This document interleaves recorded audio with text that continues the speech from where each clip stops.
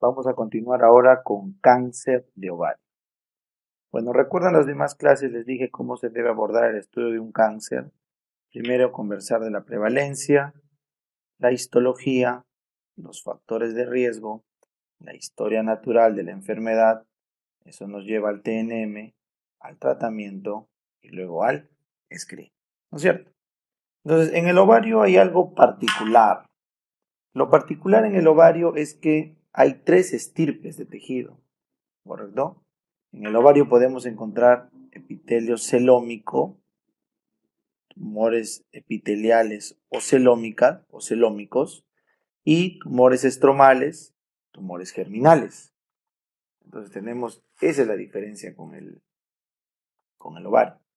Entonces, cada uno, en teoría, ya sean los de estirpe celómica, ¿no? Con sus subtipos seroso, a la cabeza el número 1, ¿correcto? Luego el endometrioide, número 2, endometrioide, y luego el resto, pues, ¿no? Mucinoso, el de células claras, y el famoso transicional o de Brenner, ¿no? Entonces, cuando hablamos de cada estirpe, celómico, germinal o estromal, cada uno tiene su propia prevalencia, su propia histología, sus propios factores de riesgo, su propia historia natural. Y aún dentro de ellos, cada subtipo tiene variantes. Así que cuando hablamos del cáncer de ovario, en verdad hablamos de varias, se podría decir, algunas decenas de tumores. Entonces, no es muy práctico este enfoque. Sin embargo, como ayuda bastante a estudiar, nos vamos a dedicar a hablar de los cánceres celómicos del subtipo seroso, que son los más frecuentes en la mujer en general, siendo obviamente los más frecuentes en la anciana y los malignos más frecuentes de la adulta. O sea, solamente el celómico, el cistoadenocarcinoma seroso, es superado por el disgerminoma solo en las niñas, ¿ya? O adolescentes. Entonces, por esas razones vamos a hablar de estos dos, ¿ya? En las niñas, los germinales, el disgerminoma, y en las mujeres adultas, el cistoadenocarcinoma seroso. Entonces, hablemos un poquito de la prevalencia. El cáncer de ovario, sobre todo el tipo celómico seroso, es raro, es raro. Así que no es que este cáncer nos pregunten por qué sea frecuente, sino porque es letal. O sea, suele diagnosticarse en estadios avanzados, ¿ya? Avanzados. Muy bien, vamos a la histología. Recuerden por favor que la histología ya les expliqué. Tenemos epitelio celómico, tenemos célula germinal, tenemos acá célula germinal, tenemos el estroma gonadalo funcionante y el mesénquima no funcionante. Vamos a hablar, en este caso, del epitelio celómico, ¿ya? Entonces, ¿cuáles son los factores de riesgo para hacer un cáncer acá? Se ha visto numerosos genes implicados en el cáncer de ovario. Por eso, una historia familiar de cáncer de mama y cáncer de ovario se conoce como el síndrome familiar de cáncer de mama y ovario, que es de herencia autosómica recesiva, o sea, de transmisión horizontal. O sea, los genes se van pasando y se va viendo cánceres en hermanas, primas, tías, o sea, es de forma horizontal. Muy aparte existen los famosos oncogenes BRCA1 y BRCA2 que se asocian a cánceres de mama de herencia autosómica dominante, cánceres de mama y ovario dominantes, donde está enferma la abuela, la mamá, la hija, la nieta, vertical. Y también se ha visto asociado el cáncer de ovario al síndrome de Lynch, cuando hablamos cáncer de ovario, cáncer de útero y cáncer de colon no polipósico. Así que hay numerosos genes implicados en el cáncer de ovario. Por eso suele manifestarse más en la edad avanzada. Les dije, más de la mitad de las masas que encontramos en una mujer mayor de 50 años son cánceres, ¿no? Y la mayoría son cistoadenocarcinomas serosos, ¿ya? Recuerden que hasta 4% de toda la prevalencia de cáncer se encuentra, o mejor dicho, 4% de las masas son cáncer, así que es súper frecuente, ¿ya? Es súper frecuente. Por lo tanto, la prevalencia, a medida que avanza la edad, imagínense, 4% a partir de los 70 años, es bastante, es bastante. ¿Ya? Entonces, por todas esas razones, el cáncer de ovario es una patología importante en la anciana. ¿Ya? Esa es la idea. Muy bien, entonces, ¿qué otro factor se asocia? Como es del epitelio celómico, hay una teoría. La teoría es de la ovulación incesante. O sea, si una chica no sale embarazada, o sea, es nulípara, en teoría podría ovular hasta 400 veces en toda su edad fértil. Entonces, son 400 cicatrices que pueden dar origen a un cáncer. Esa es la teoría, porque la multiparidad protege, ¿ya? Entonces, cuando una chica está embarazada, por ejemplo, 5 hijos a 9 meses son 45 meses menos de ovulación, sin contar toda la lactancia. O sea, tranquilamente podemos estar hablando de 90 a 100 meses menos de ovulaciones. O sea, es casi un cuarto menos de heridas. Por eso la nuliparidad es un factor de riesgo y entonces los ACOs serían un factor protector porque evitan la ovulación. Por eso les dije que los ACOs reducían en 50% el riesgo de cáncer de ovario. Ya, eso vimos en anticonceptivos. Entonces, esos vendrían a ser los factores de riesgo. Y si les preguntaran, la endometriosis es el que se asocia al segundo tipo de cáncer, que es el del tipo endometrioide. Se llama endometrioide porque sus células semejan al endometrio e inclusive tienen receptores positivos para estrógeno. ¿Ya? Ese es el cistoadenocarcinoma endometrioide. No confundir con el endometrioma. El endometrioma es quiste endometrioide benigno. ¿Ya? Muy bien. Ahora conversemos de la historia natural de la enfermedad. ¿Cómo es un tumor celómico de ovario? Bueno, prácticamente crece libremente en el ovario, en la superficie, y poco a poco va avanzando hasta romper la cápsula y hacer metástasis en el peritoneo.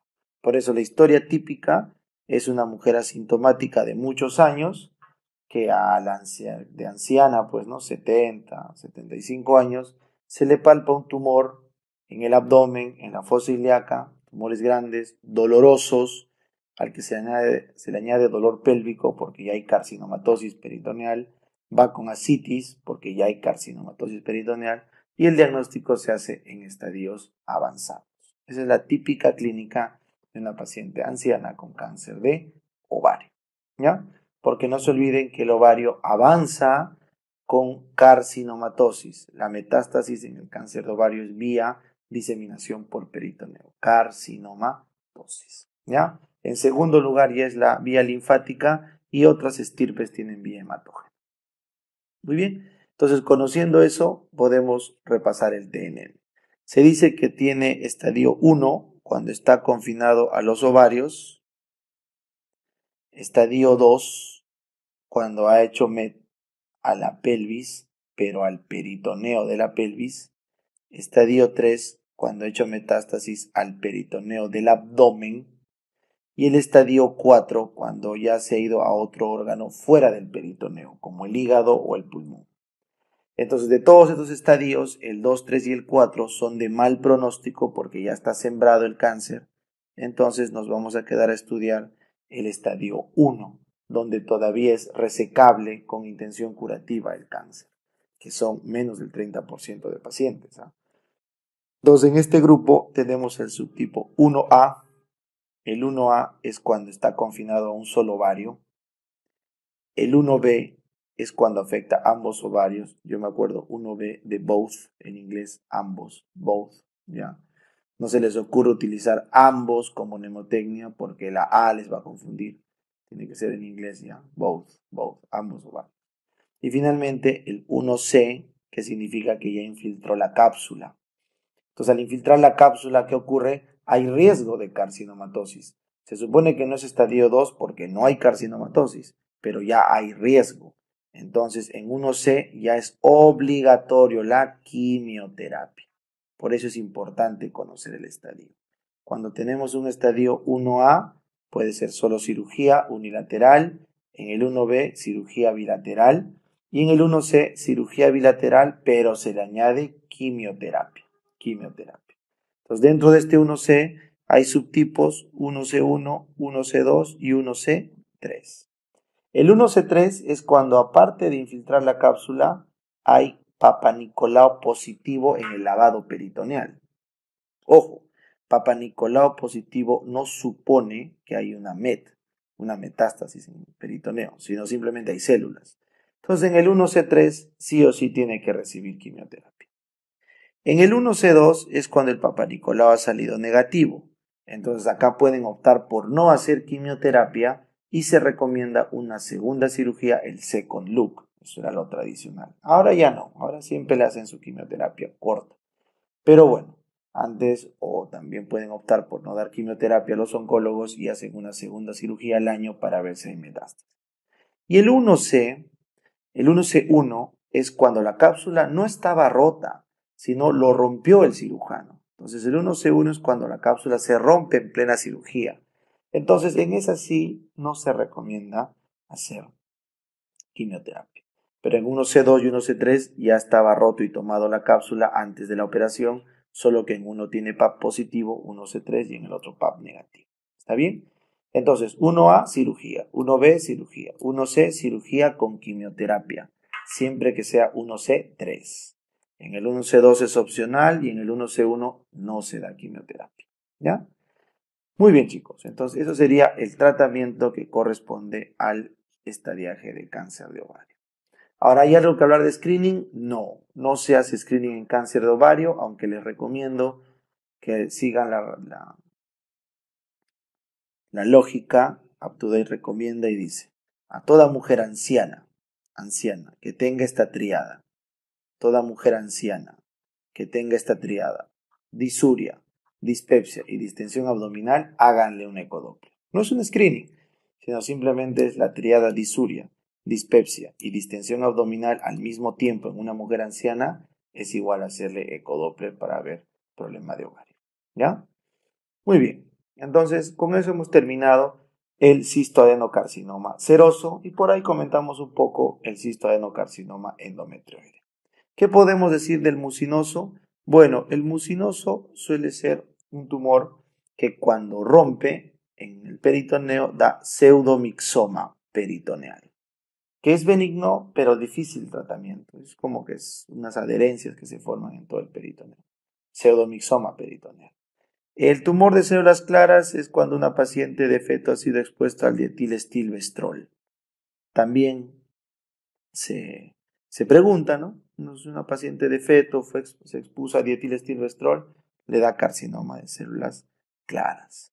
Y el tumor de Brenner, o también se llama el tumor de células transicionales o de urotelio, es un tumor usualmente benigno, no es maligno, lo usual es que sea benigno y sólido, ¿no? Ya lo vimos acá, el Brenner suele ser benigno y sólido, que es raro, ¿no? Que es raro que exista. Muy bien, ahora conversemos de los germinales. Los tumores germinales son mucho más frecuentes en menores de 20 años. Ya les dije que la causa número 1 de cáncer en una niña o adolescente es de estirpe germinal. Cáncer. No estoy hablando del teratoma maduro. Eso lo vimos en la otra clase. El teratoma maduro o quiste dermoide es una neoplasia benigna, la número 1. Después de estas benignas viene el cáncer. Y dentro de los cánceres, el número 1 es el disgerminoma. El número 2 es el tumor del saco vitelino, o también le llaman tumor del seno endodérmico. Y bueno, y el teratoma inmaduro, eso es más raro, pero lo pongo para que lo diferencien, por favor. El teratoma inmaduro es maligno y el teratoma maduro es benigno. ¿Ya? Muy bien, entonces, ¿qué podemos hablar respecto al disgerminoma? El disgerminoma entonces es el cáncer más frecuente en las niñas, es sólido, y como todos los carcinomas germinales, suele tener marcadores tumorales importantes. ¿Ya? Así que, ¿cuáles son los marcadores del disgerminoma? Lactato deshidrogenasa es el marcador más importante y beta-HCG. Igual que el coriocarcinoma, el disgerminoma marcan o elevan la beta-HCG. En cambio, el tumor del saco vitelino o del seno endodérmico eleva la alfa-fetoproteína. El saco vitelino o del seno endodérmico eleva la alfa-fetoproteína. Y a la anatomía patológica encontramos los famosos cuerpos de Schiller-Duval. Muy bien. Finalmente, respecto al teratoma inmaduro, no se olviden que hay quístico y sólido, así como el teratoma maduro hay quístico y sólido. Lo más frecuente es que el teratoma maduro sea quístico y el teratoma inmaduro sea sólido. Ya es lo usual. Pero además hay un subtipo de teratoma que se llama estruma ovari. El estruma ovari suele elevar las hormonas tiroideas, porque el 50% de su tejido es tiroides. El estruma ovari entonces puede dar una tormenta tiroidea. Muy bien, estas niñas suelen tener problemas de exposición a radiación, a quimioterapia o de repente problemas genéticos que explican estos cánceres germinales. Muy bien. Ahora sí, vamos, ya que estamos hablando de marcadores, no se olviden que los tumores epitelio o del epitelio celómico elevan el CA125, pero es básicamente para seguimiento. No es para diagnóstico como en los germinales, sino es para seguimiento.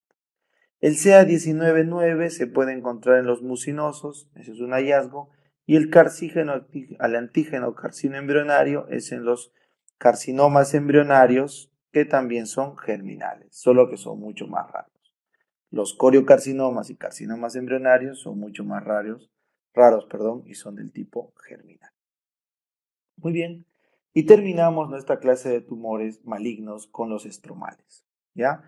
Los cánceres de estirpe estromal suelen diagnosticarse en estadios tempranos de enfermedad. ¿Por qué? Porque estos son funcionantes la mayoría. Como ves acá, esta flecha de acá de la derecha es funcionante y esta de acá no es funcionante. Entonces, cuando les pregunten cuáles son los tumores funcionantes, ahí tienes los tumores de granulosa, los tecomas y los arrenoblastomas. ¿Ya? Los voy a escribir acá. Los tumores de granulosa, como su nombre lo dice, producirán estrógenos. Los tecomas producirán andrógenos y los arrenoblastomas también producen, pero en este caso testosterona, ¿ya? Entonces, los de granulosa, al producir estrógenos, darán pubertad precoz, y los tecomas y arrenoblastomas, al producir andrógenos y testosterona respectivamente, darán virilización marcada. Esos son los famosos tumores funcionantes o del estroma germinal, del estroma funcional sexual o de los cordones sexuales también. En cambio, del mesénquima no funcionante acá tenemos al fibroma, pero este es benigno. Ojo, estamos hablando de cáncer. Lo he puesto acá porque, bueno, es el único momento en el que podemos hablar de él. Es raro, sólido, pero es benigno y tiene una característica. Cuando una chica o una señora hace fibroma, suele hacer síndrome de Meigs, pregunta de examen.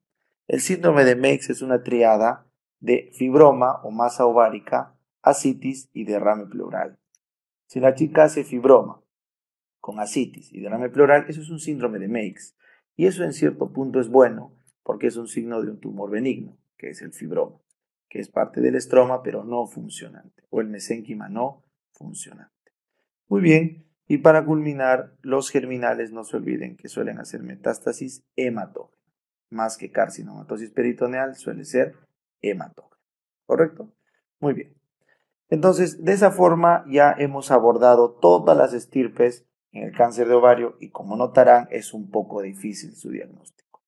Así que vamos ahora con el algoritmo diagnóstico y el manejo final de cualquier masa ovárica, incluida el cáncer. Vénganse al centro. Diagnóstico. A ver, ustedes van a recibir en su consulta a una niña, a un adolescente, a una mujer de edad fértil o a una anciana o posmenopáusica con una masa ovárica. ¿Por qué? Porque se hizo una ecografía o porque se le palpa una masa o porque le duele y encontraron una masa. Entonces, ¿cuál va a ser lo primero que van a hacer? Aparte del examen físico para ver si se palpa la masa, la eco, una eco Doppler. Así que el paso número 1 es hacer una ecografía Doppler.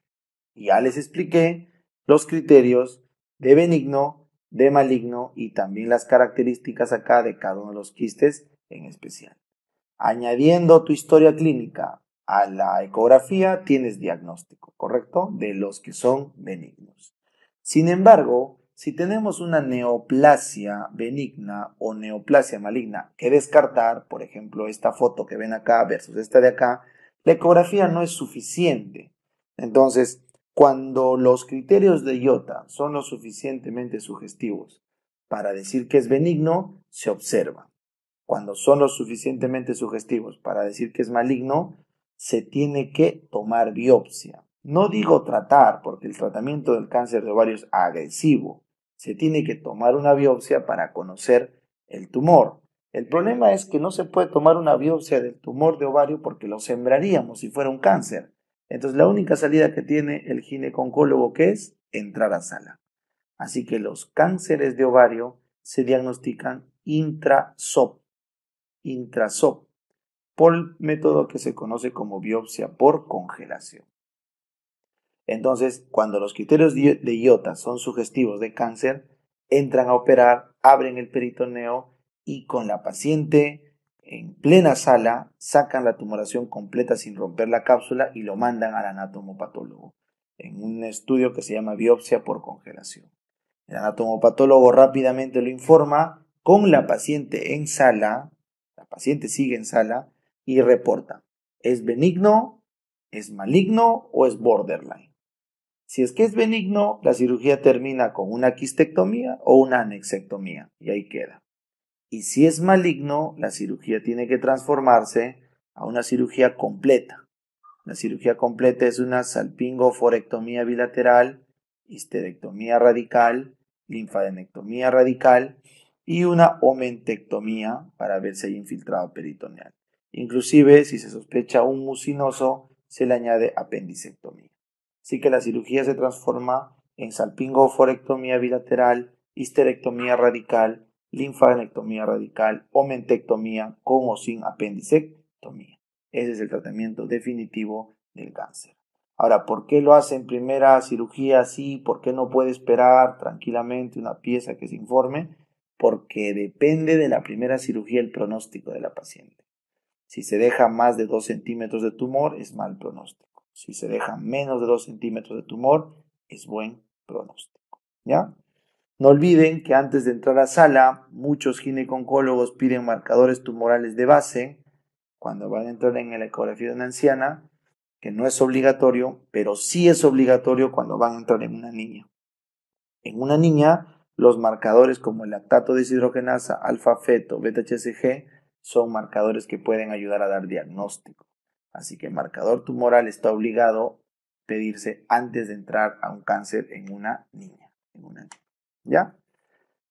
Muy bien, chicos. Entonces, ese fue el repaso. Espero que les haya servido. Cáncer de ovario es un poco difícil, pero es cuestión de repasar y todas las claves salen. Muy bien. Nos vemos. Hasta luego.